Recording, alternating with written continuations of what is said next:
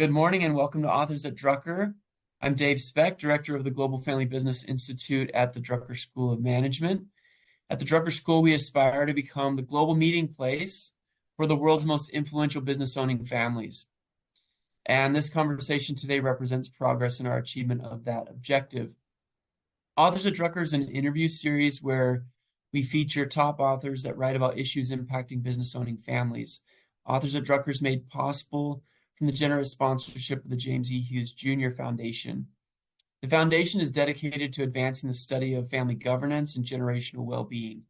We at the Drucker School feel very aligned and very grateful to Jay and his foundation. On the last Authors at Drucker, we featured a book called Brand Benefits Playbook by Alan Weiss and Debbie McGinnis. If you missed it, please feel free to check out the recording on our website or on our YouTube channel. Before we get started, I have a couple of housekeeping items. Wanted to just share my screen real quick. We are excited to be able to offer our certificate in advising family enterprises. We have a number of people on the call today that have already experienced and received that certificate. Some of my friends from Uganda. I was just in Uganda a few weeks ago where we offered this certificate to them.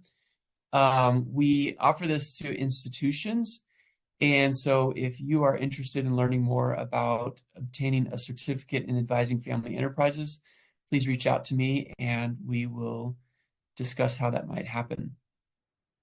The next thing is Generational Wealth Masterclass. This is a series of interviews that I did with Jay Hughes. And if you're interested in learning more, again, we're partnering with institutions to bring this work to the world. So if you want to learn more about this, please feel free to reach out. And now on to the star of our show. I'm going to stop sharing my screen so you can see his smiling face.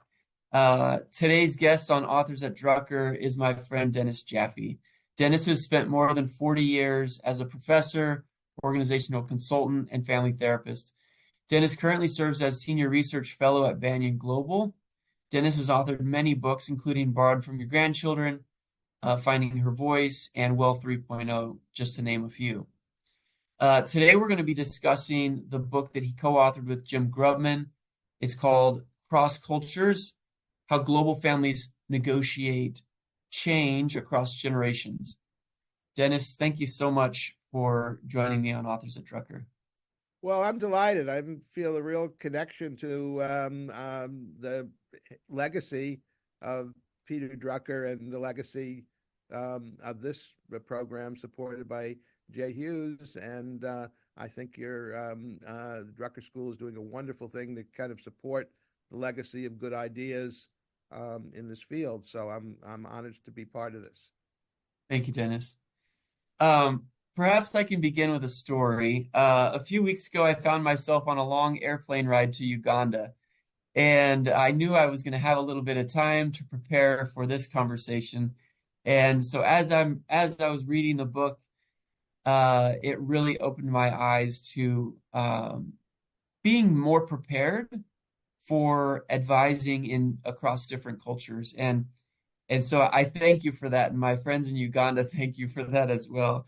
Maybe we should begin with maybe what's most important and really kind of, all throughout this book. And that is the word culture. Dennis, what is culture? Well, so by background, I'm a sociologist, and I'm also a psychologist. So I'm kind of on riding on both sides of the seesaw.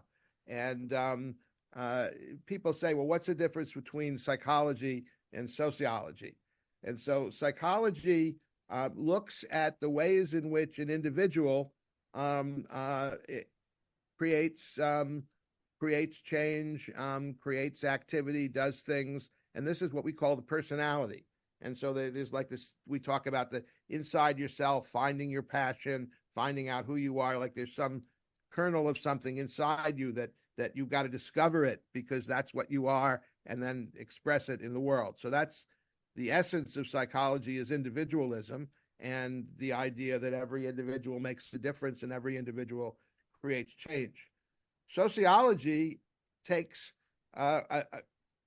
the opposite perspective. It looks at what are the forces around you that everybody shares that people kind of assume.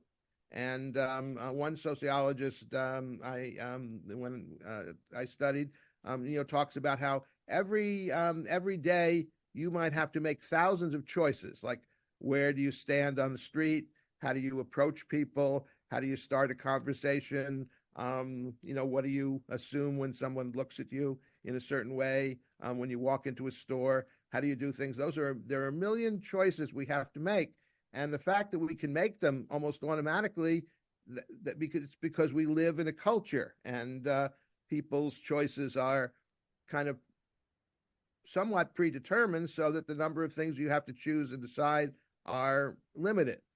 So in a culture, culture is something that a family can have, an extended family, and in family business that's very important. The culture of the family. It's something a community can have, a region can have, an ethnic group can have.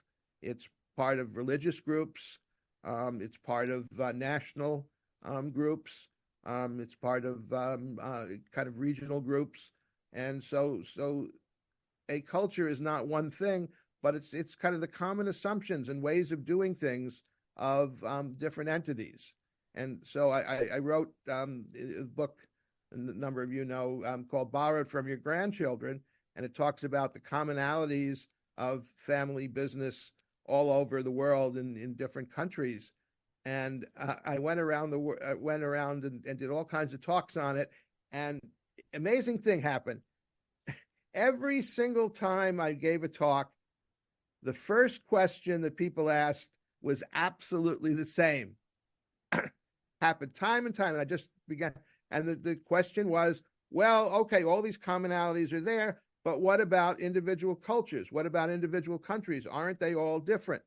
And so out of that question, my colleague Jim Grubman and I decided, well, there needed to be an answer to that. And so we ended up creating and writing the book Cross Cultures, which looks at family business particularly, and says, what are the different cultural things around the world that we notice about family business? And so Cross Cultures is a little book. It's really an appendix to the Borrowed from Your Grandchildren and to another book that Jim Grubman wrote called Strangers in Paradise, about what are the cultures and ways around the world that the issues and the ways that family businesses operate have in common. Fantastic. I'm going to share a slide that you gave to me on culture, and then we'll talk about the three global cultures that you mentioned here. Anything else you would add here, just about culture? No, so it's like individuals have personalities and groups have cultures, and we live in a world of individual personalities, and individual personalities are different, but the culture provides some guardrails and a kind of a box in which individual behavior is expressed. So you can be an individual and express your behavior within a culture, but if you go outside the culture and do something that's culturally not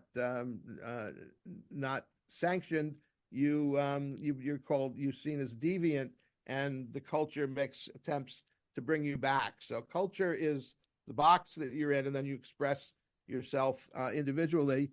And culture is something that is not, it's fixed to a degree, but it's also something that evolves and changes. And I think one of the insights that we had in writing Cross Cultures, and we see in our work with family business, is that cultures they don't change that quickly, but they do change and they do evolve.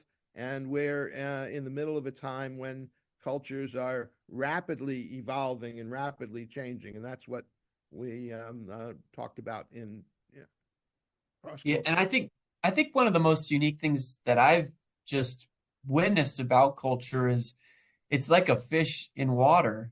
We don't even know we're swimming in it, but it's all around us. And then someone points something out, and it's like, well, that's just how we live. That's just what we do. and until you go to a different place or you spend time in a different culture, sometimes we don't even know what our own culture is until we're in someone else's, which I find fascinating. I lived for Uruguay in South America for 2 years. As as a young adult, I was 18, 19 years old. And that was really the first time I really recognized my own culture by leaving my culture. And anyways, so I'm super And fascinated with this. and that's something that there are people that grow up in a culture and never go outside it. They don't have passports, they don't travel, it's not important to them, or it's not something that comes up, and so they never see that they're part of a culture. Whereas if you go and travel, for example, I was just talking to a family earlier this morning, that had just spent their first did a family trip to Japan, and they say, "Wow, we got to Japan and we saw the D. It's all about fitting into the group. It's all about you don't want to stick out. You don't want to be different. It's all about how loyal you are and how much you serve the group." And they were just in awe because they're from, as we'll see, an individualistic culture where fitting in is about expressing your individuality. You want to be Yeah, a uh, uh, you want to be seen as different. You want to be seen as unique.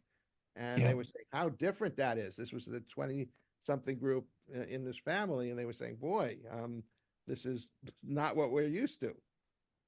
So in the book, you introduce us to three global cultures, which I, must be hard to boil it all down to three, but feels somewhat arbitrary. But also, as I was moving through it, it's like, yeah, I see it.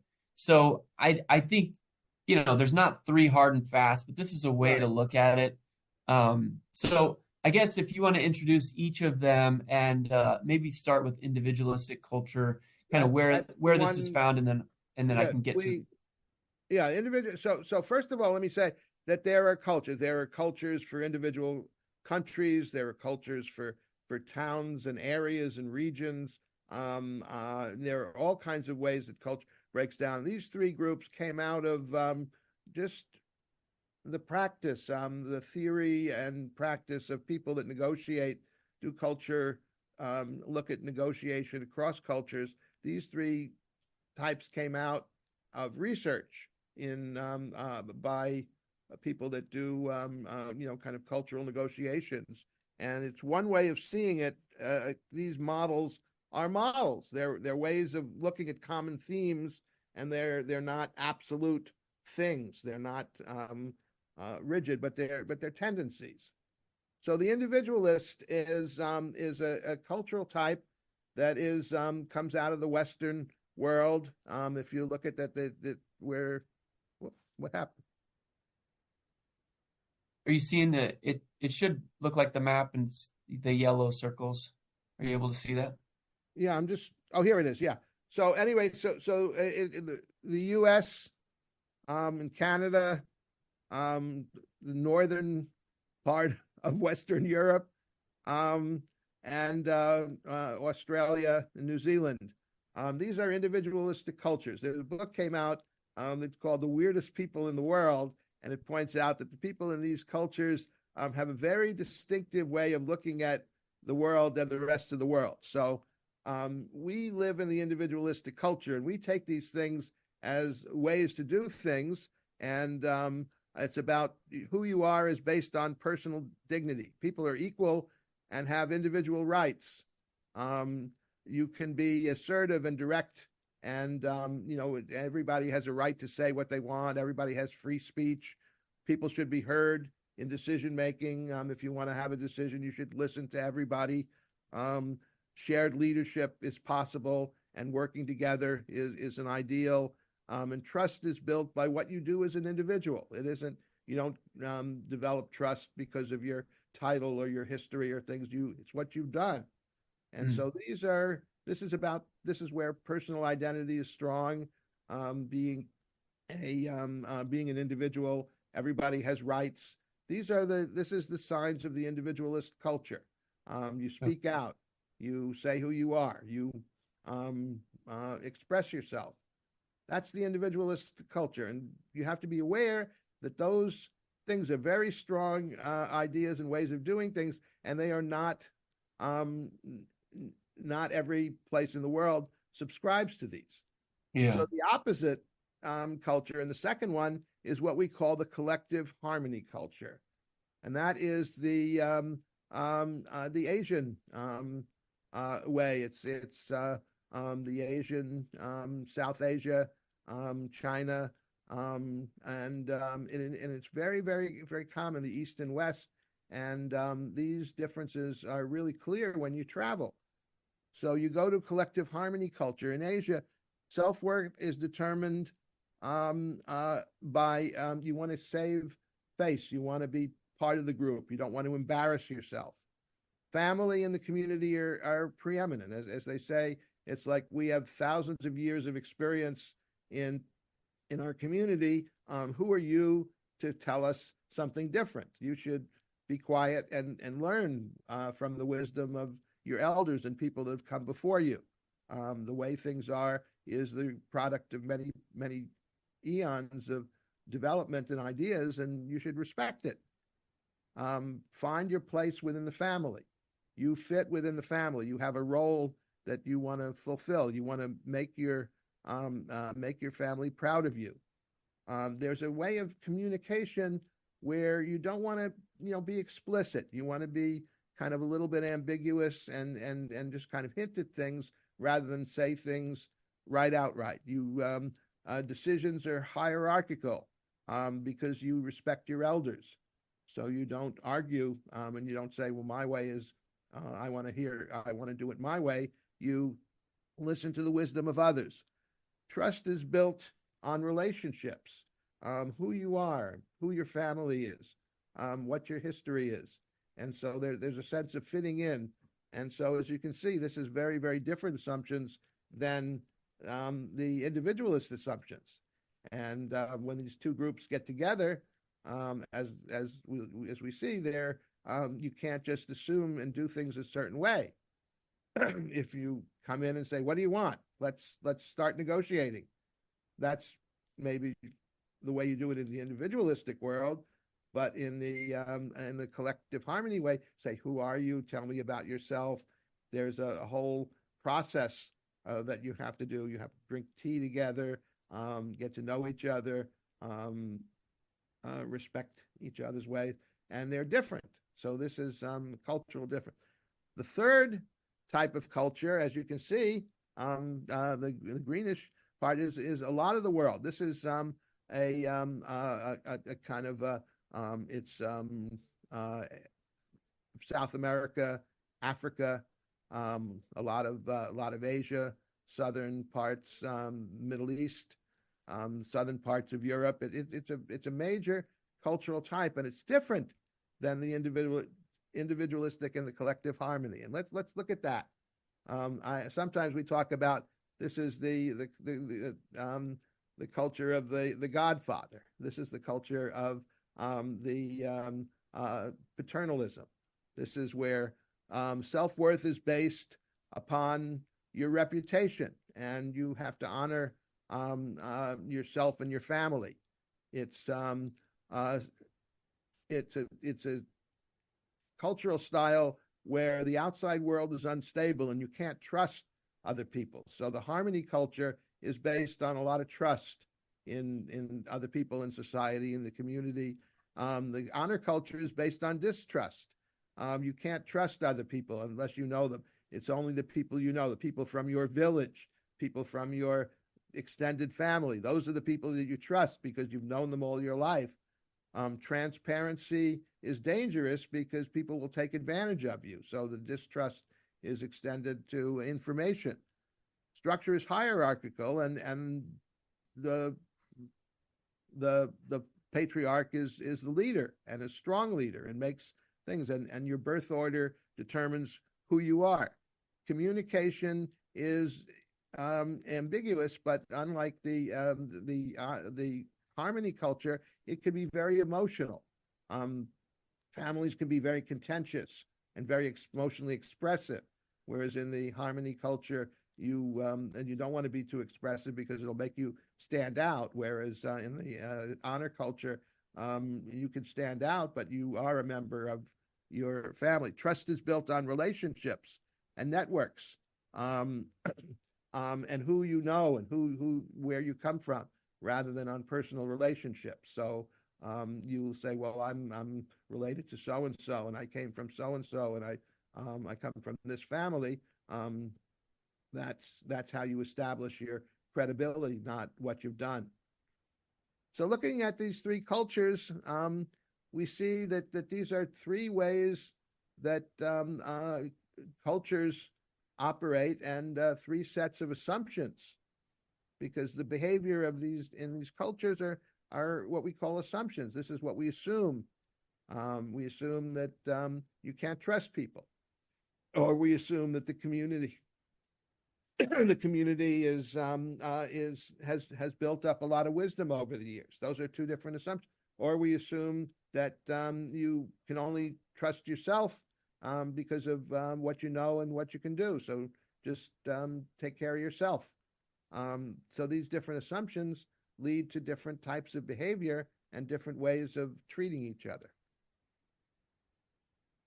So Dennis, I'm more excited than ever to get to the Q&A in this call, on this call, because we have people from all over the world that I cannot wait to get their insights as to, yes, this really makes sense, or yes, we're evolving. I'm so curious, but we'll get there. But I'm so excited about the Q&A today. But so I want to kind of throw in now the thing that scrambles the whole thing, which is that this is a time when, for the first generation, we can travel. I mean, I can go from one culture to another, from one side of the world to another, in hours. I'm always dealing with families and meeting people and working with people that come from different cultures. So here's the challenge. People come from a traditional culture. They come from one of these cultures. But nowadays, the next generation, particularly in family business, where the next generation are affluent, they travel, they go to school. For example, I was in Shanghai with a group of people, and I was sitting at dinner, and we were sitting, with about a dozen people around a table, young people, and it turned out that every single person in the group had gone to school, prep school, business school in the U.S., although two had gone in the U.K. And so we were saying, well, so how are you, Chinese and Asian, and how are you, have you become individualized? And they were all saying, well, you come into business school and you do case method, and if you are shy and you don't want to stick out, you won't get very good grades. You won't ever get to become a leader in the group. You won't be effective. And so the culture that you are educated in is important. And the young people in wealthy families that have family businesses have experienced the different cultures, and they spend more and more time, sometimes half their lives, in another culture.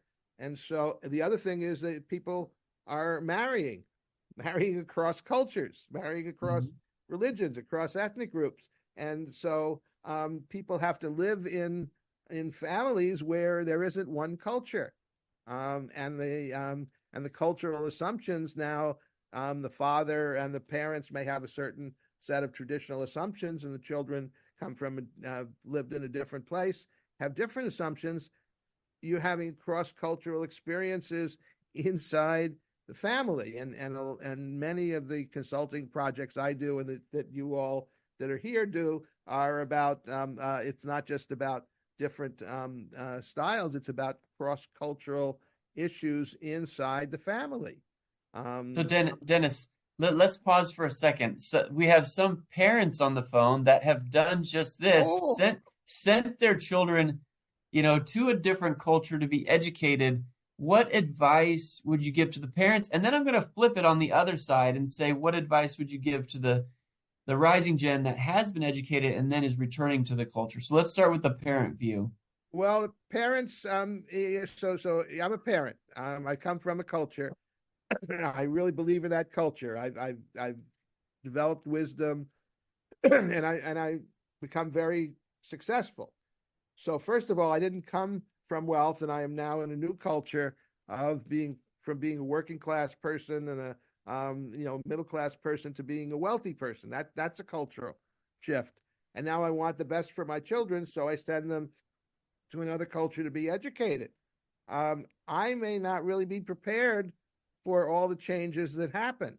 I You may didn't not know exactly know. what education they were going to get. Is what. Well, I want them to be educated, but then when they come back and challenge me, I'm not so sure that that's what I did. That's not what I bargained on in education. And they say, well, you're doing it all wrong, Dad. Thank you very much, son. Daughter. I'm glad to hear from you. That isn't what I want to hear. So you've got to be open to the fact that there'll be cultural things that are raised, and that some of the things that you believe and that you want to see will be different when your kids are coming from a different culture. You've seeded them with cross cultural disease, and now they're going to express it.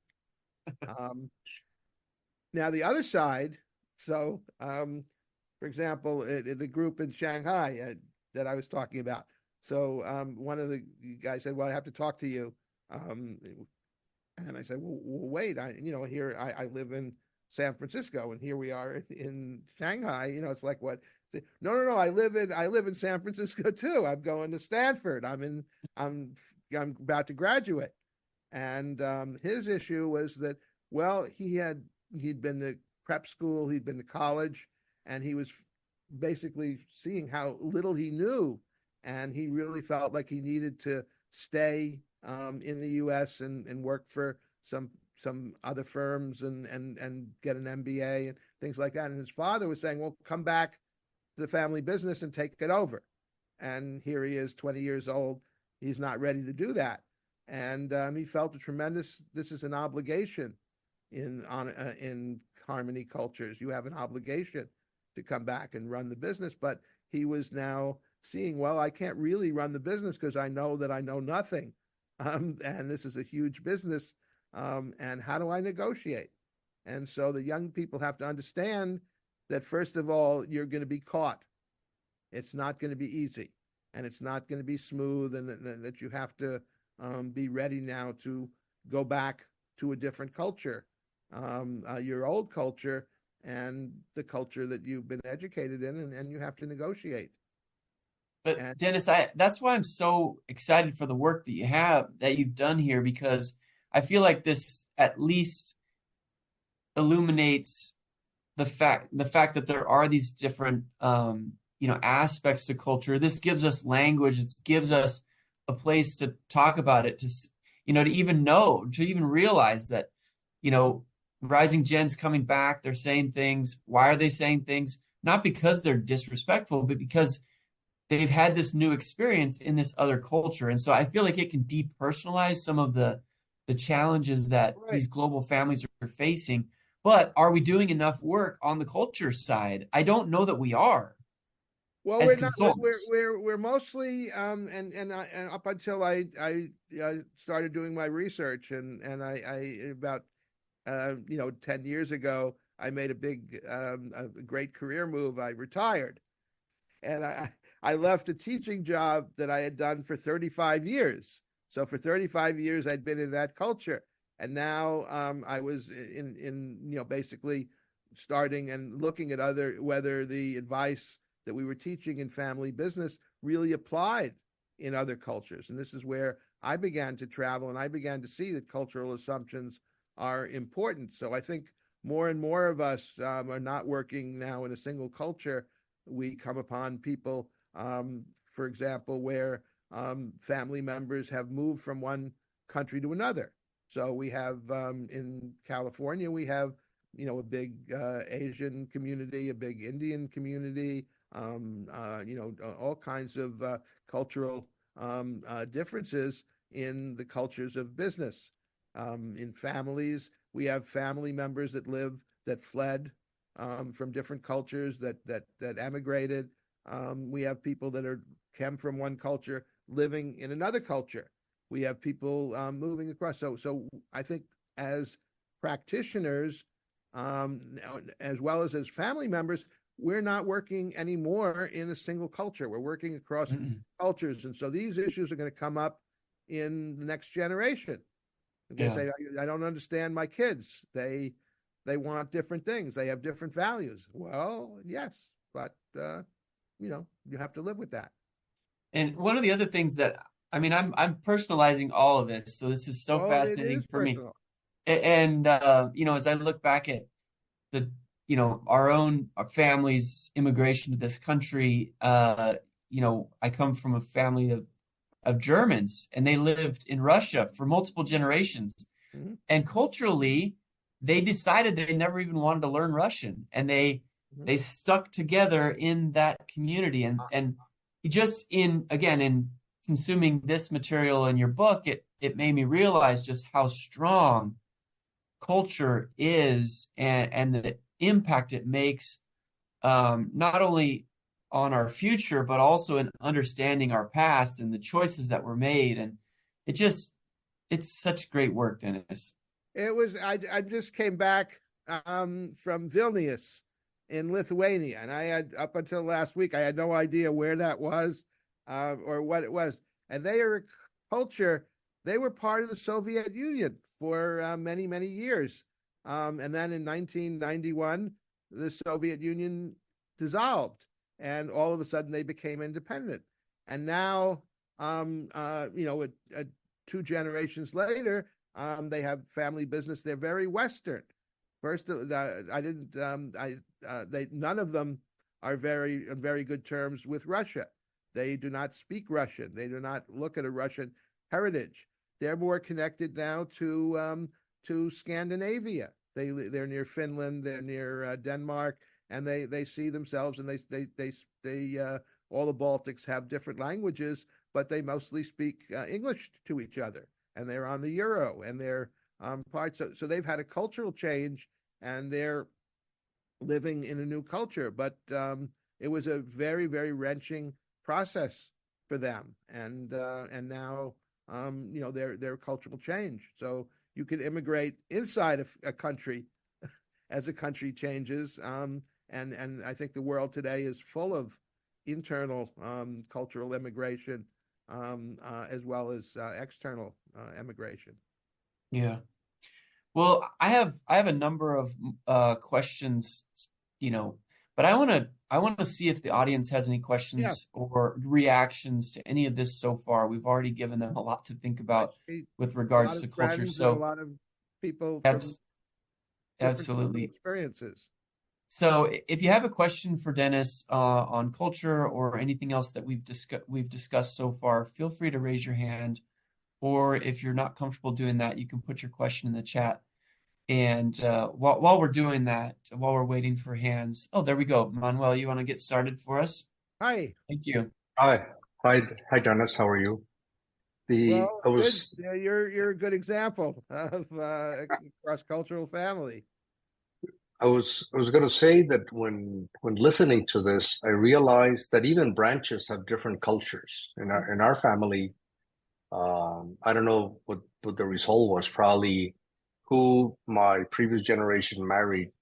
They're different cultures, and when I was seeing Dennis's slides, there's one culture that is very quiet. They usually don't raise their hand, raise their voice, ask questions, and there are others that are different. So basically, my take was that you even have different cultures, ways of behaving within the same family, probably not even related to country of origin, but how different families behave, and that sometimes is transmitted. And I remember, just to make it this clear, one day I was speaking with a cousin of mine from another branch of the family, and he was really, really upset. And he put it in this way: he says, "For God's sake, my family is encrypted." And I started laughing, and I said, "Yeah, I know that, but I never realized that you were going to say it in such a descriptive term." So that's a way of just emphasizing that branches have different cultures.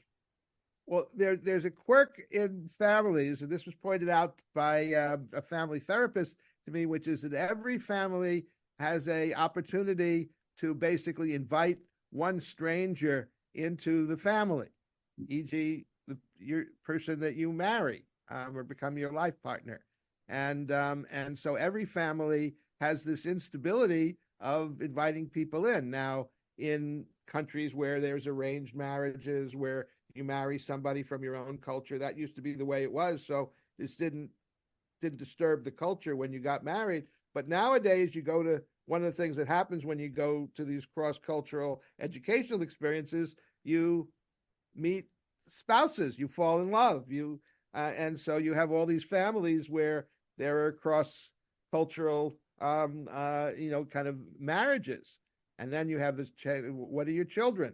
And I see a lot of children that grow up bilingual and bicultural. There are religious issues, and so that's a way that every branch becomes different, because every branch has a family member from the extended family, but then has a different person, and who knows who people bring into the family. Yeah. As a parent of three boys, it's like, boy, this is really interesting what they've come up with. Thank you, Manuel, for your question. Where are you calling in from? I'm curious. I live in Cali, Colombia, in South America. Colombia. Okay. Very good. Colombia. Yeah. Thank you. Not Colombia, Colombia. Got it. Yeah, I think, when we talk about culture, that family culture and how that evolves with the marriage, Jay Hughes oftentimes talks about the importance of two names. And he's talking about, two last names. And when I married my wife, she took my last name. But what happens when we don't recognize both names? I'm a Specht, her branch is Wells. That branch is not going away. We're not asking it to disappear. It's a part of the culture that we've created with our family. And I also am really encouraged that we can evolve our own family culture with the choices that we make and how we allocate our time and our attention. And I think there's a lot that can be done there. Dennis, I don't know if you have anything to add to that. And that's a challenge of family business. So when I started doing my research on 100-year families, the first person I asked was, well, tell me about your family. And his response was, what do you mean? And what do you mean? What do you tell me about your family?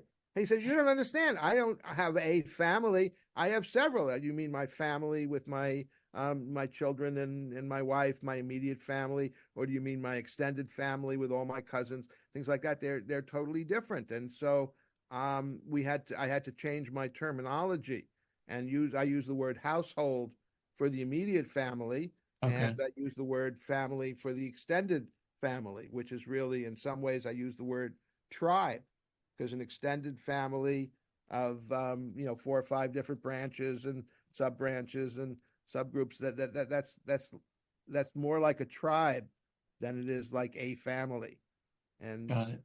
so culture is around us, and when culture changes, then it becomes a problem. It's just there if the culture is stable, but if it's changing and people are experiencing other cultures and people are moving around, then culture becomes something that has to be negotiated and talked about rather than accepted. And to me, Dennis, I think one of the keys to navigating all of this is, are we curious about other people's culture? Mm-hmm. If we're curious, we have a chance to build a bridge to understand. If we're not, and we're just expecting people to just accept our culture and to fit in, that's where we have a lot of problems. So, well, you're going to run into, this is where culture becomes conflict. And if you're battling, well, should I speak up? Should we share our feelings? Should we be transparent? Those are issues in a family business, but they're also cultural differences. Yeah. Transparency, emotional expressiveness, who has authority, who gets listened to, all of those are cultural, and we tend sometimes to think of them as different values, but they're values, but they're based on the culture that Yeah. we come from, not just our inner values. Okay. So we're gonna go from Cali, Colombia to Kampala, Uganda. Lydia, you had your hand raised. Hello. What's your question, Lydia? Hello, this is Lydia. Let me see if I can. I don't know whether you'll be able to see me. My You're face where turned I'm is a little bit sideways. dark. You're turned Well, sideways, but we can hear you. Okay. Okay. Okay. Oh, I don't know why it's like that, but anyway. Okay. The point I wanted to raise is to do with the description of the owner culture, and maybe you can throw some light on what you meant by that culture contending with unstable government and rule of law. And then the other question about transparency being potentially dangerous, because I think from our perspective, there is an element of conflict which arose from when a new culture, a set of culture from the individualistic culture was introduced, particularly, for instance, to Africa. I'll use Africa as an example, and Uganda in particular. So now a set of values was brought in. Some of it was similar, some of it was not similar. And then because of that, there was a conflict. And I think for me, it is from that conflict that the perception of, for instance, transparency being potentially dangerous comes in, because actually traditionally, and I think the word transparency would mean something slightly different, maybe from my culture, from what you are expressing in this particular description of this particular culture, because there was an element of value in being discreet. Somebody tells you something, and you're expected to keep it. You don't have to go and spread it around and everything. So there was a virtue in that. And by doing that, then you're not being, it's not because you're not transparent, it's because you have to be transparent. Then on the other hand, there was another expectation for you to be transparent. And I don't have the exact English translation from my own vernacular of what that means, but we have a word for the word transparency, which means that there's an expectation that whatever you do, you must be forthright, you must be upright in whatever you do. So I just wanted to throw that out there. And then, of course, regarding the rule of law, again, I would say the same thing, that there were certain expectations about the laws that govern our societies. Then there were certain expectations. And of course, at certain times, long time ago, there were certain excesses, which eventually we had to abandon, for instance. And a lot of us, I think we have discussed this thing, which is like to do with the death sentence. In days past, the death sentence was almost like the ultimate. You do something wrong, you have to go to the gallows, okay? And there were certain processes that took place that could happen. Over time, cultures started changing, society started evolving, and some of that was abandoned. However, there were certain expectations that that you would abide by certain tenets of your society that guide the way you behave. For instance, if you're a young girl, you're supposed to behave in a particular manner. You are supposed to be virtuous, all those kind of things. Which, when I look at at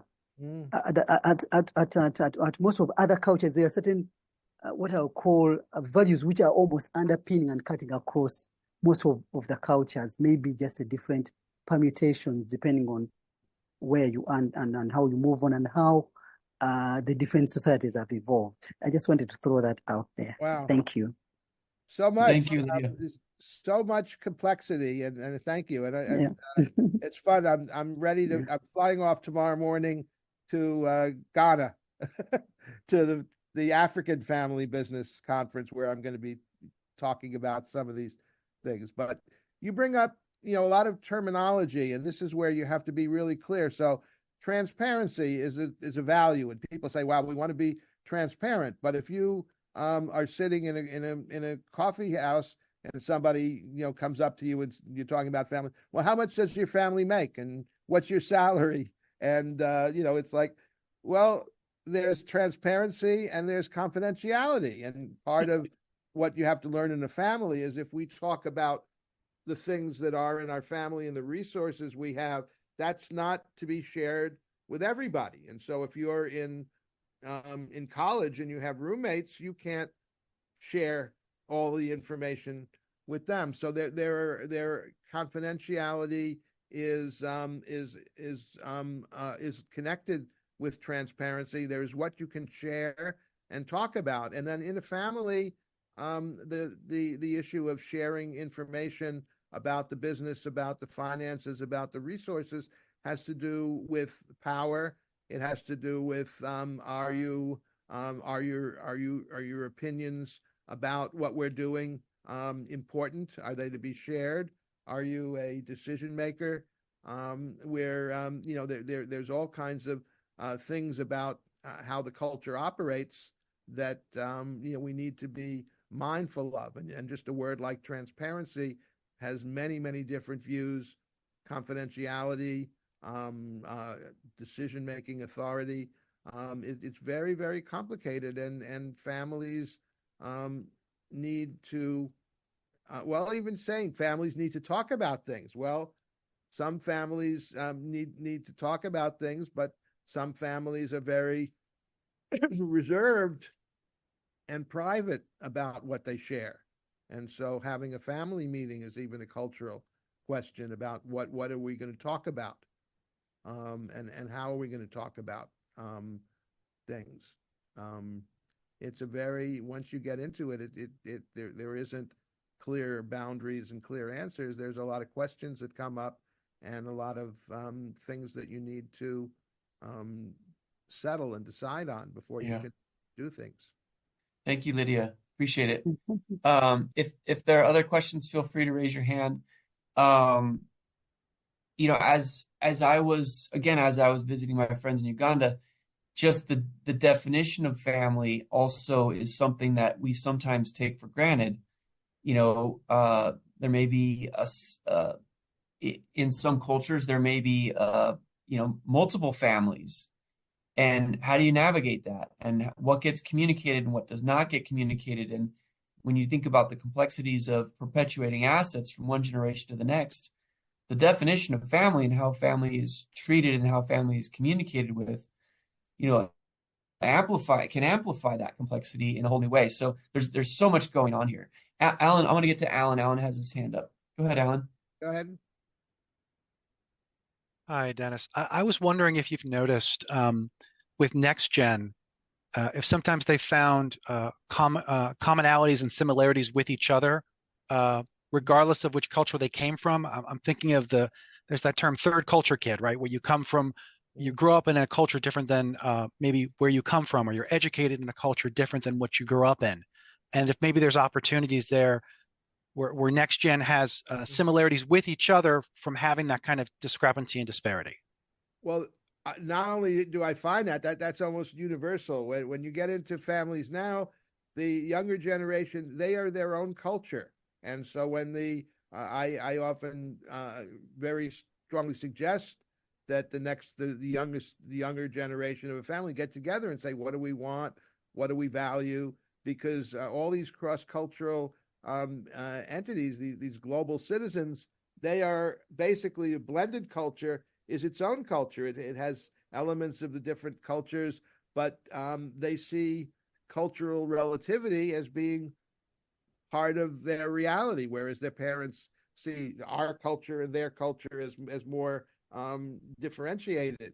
And there's a need to get together, and in families and family enterprises, I think what's important is the next generation is not just a generation, but they're also a culture, and they have somewhat different values, certainly a different way of seeing the world. They have a different idea of skills and what's important, what matters, and that's really has to be respected in a vital and resilient family. Well, and you look at how communication, how the different modes of communication has accelerated in less than a generation, going from face-to-face to phone to text to now virtual, to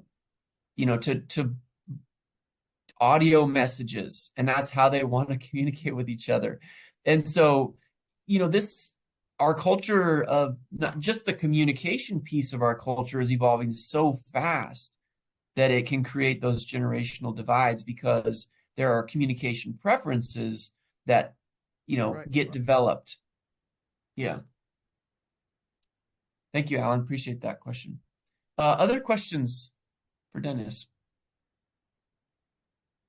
Feel free to raise your virtual hands if you have one.